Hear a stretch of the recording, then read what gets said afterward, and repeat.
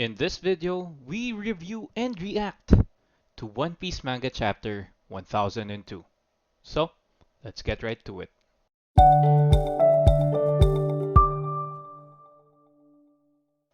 To start the chapter off, I would just like to say I love the cover photo. It's just Lucci feeding pigeons in a park, and it looks like it's coming from a romantic film, and Lucci's the protagonist. This was such a creative cover. Props to the person that requested this, PNX5GO or Go. It's perfect and also funny rendition by Oda. What?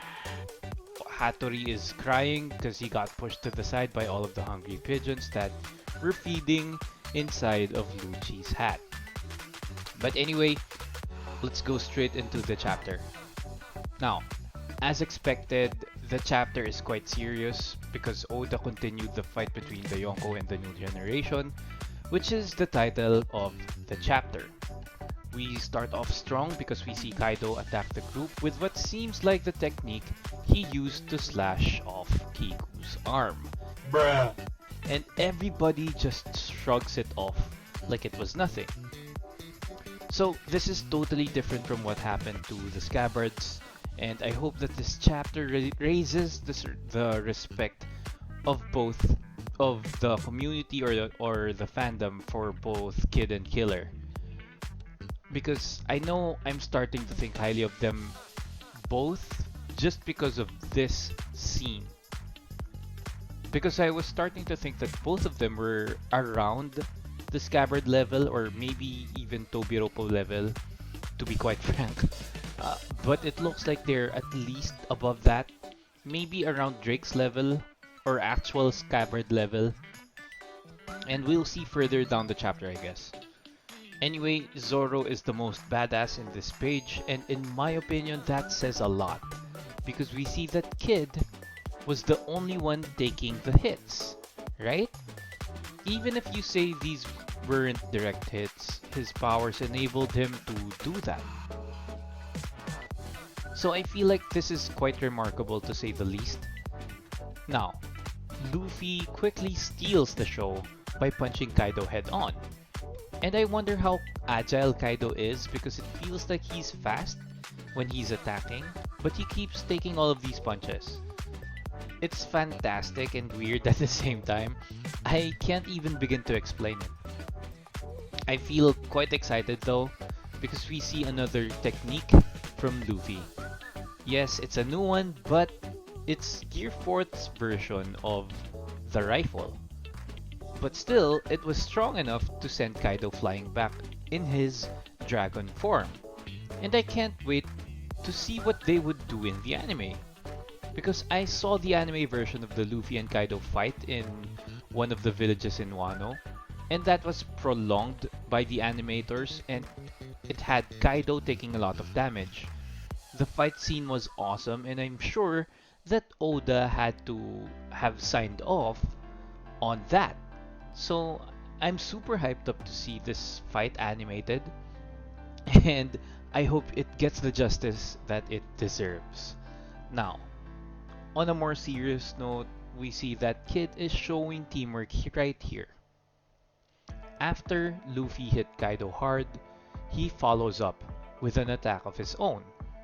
We don't know exactly if Kaido took any damage from this, but I imagine that he didn't. Side note, anybody can argue that Kid isn't showing teamwork. He's just making the most of an opportunity and that's fine and all. But I'd like to think that he's working with Luffy on this one because we all know the gravity of the situation. This is do or die and pride doesn't really serve too much of a purpose here, especially if they died right here. But that might just be me. Now, as expected, Law was able to damage Kaido with attacks like the Gamma Knife, and I'm expecting the Radio Knife or the Radio Knife to do the same. And as a result of all of these attacks, the three captains earned the respect from Kaido. So I'm assuming that from this line, Kaido did actually take some damage from Kid. And Kaido has been totally consistent with how he has been behaving, and I really start to wonder if the alliance with Big Mom would end in betrayal. Because earlier on in the story, I believed that it would. But right now, I think it's possible. But I feel like the chances of that happening are getting lower and lower with how Kaido is behaving. But that's not the biggest surprise to me. Because right in this page, I was shocked. The biggest surprise I got from the chapter was that Killer was able to damage Kaido. NANI? I don't know how he was able to do that, considering none of their previous attacks were able to scratch Kaido. And with this piece of information, I now feel like Kid's attacks hit Kaido hard enough to damage him quite heavily, or at least rock him, right? I was actually thinking that Ryuo was the only way for people to damage Kaido and Big Mom. So I'm really confused with how Kid and Killer were able to deal damage to Kaido like right now on the way they are. Further proof that Kid was able to damage Kaido is probably Oda's patterns, because Kid is supposed to be stronger than Killer simply because of how Oda had that pattern right from the start, that the captain is usually stronger than the rest of the crew. So that's another reason why I think Kid was able to damage Kaido, because that pattern supports that. Anyway, now Big Mom strikes back. No. And pun intended, yes. And she hits Killer with a new technique called Indra, which is a bit of news to me as well, because I thought that Big Mom's techniques and souls would all have a Greek mythology related theme to it. But then we have cognac, then this, and all of the other techniques and names. It's just basically all over the place. And I'm really not getting what Big Mom's theme is now. Because clearly most, if not all, of the characters in One Piece have their own specific theme. Kaido having beasts all over his crew, right? But for Big Mom, I just noticed that I can't quite put a finger on it. But going back, I'm sure that there are a lot of characters that have inconsistent themes to them as well. That's just a minor detail, and I might be not recalling it correctly as well, right? Anyway, going back, Big Mom is now taking a support role, and I have to say it's really effective. Like, damn! Why didn't you do this before? Big Mom is really proving that she's OP AF, and is leaving me thinking of why the One Piece verse is considering Kaido to be the strongest character at the moment. Now, while all of this is happening, Luffy takes the time to knock Kaido up. But even with the Reno Schneider, Kaido was still able to launch another attack right at Luffy. You can imagine just how tough Kaido is with all of the damage that he has tanked from the Scabbards and from Luffy, Zoro, Law, and Kid and Killer. To be able to bounce back like that, and like these attacks were nothing, right? And meanwhile, Law is supporting everybody and is getting annoyed of all of these orders flying around. I didn't find it too funny because of how it was translated. So hopefully it was just in the translation. Yeah. But anyway, I just feel like Law's abilities are too important in this fight. Only because if you think about it, Because if you think about it, only Luffy, Marco, and Sanji can fly up high. if the two Yonko decide to make it a fight in the skies, right? So Law doesn't have too much of a choice right now. He really needs to support the group this way. And I feel like it's gonna be easy for Oda to make the new generation side the underdogs in this fight. And it's going to take a lot from them to take down Kaido or Big Mom. Just one of those Yonko. They're going to have to do a lot to take one of them down. Going back, Law switched Zoro up to where Luffy is, and he's slashing the blast breath that Kaido was throwing at Luffy. So Zoro proceeds to slash up Kaido with a very strong technique, and Kaido felt that Oden's presence was in Zoro's sword, and he was able to dodge the attack. So this is Kaido showing off some speed again, and he really goes back and forth with the dodging and the tanking, which is quite confusing if you think about it. I just feel like he has realized that these dudes are the real deal, and he has to respect the attack power of the supernovas.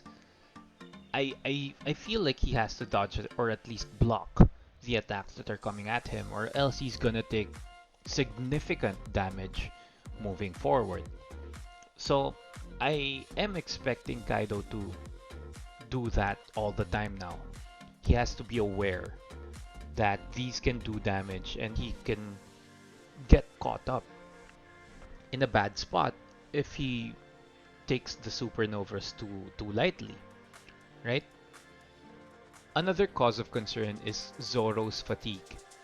I mentioned before that he has been getting too tired too quickly, and this is since he was in the activity hall. He's really breathing heavy, and I can't imagine how messed up Zoro will be at the end of the war. I, I just feel like Kaido and Big Mom are going to be the keys for Zoro to master Enma and turn it completely into a black blade. Maybe shortly after, the all-white Wado Ichimonji as well is going to turn black. Before I get off topic again, I just want to briefly mention that Zoro really has to master Enma for them to win this situation or this battle. And he has to do it quickly and in such a way that he wouldn't be too tired for him to unleash all of the attacks that he's going to do in the future, right? Or in this war.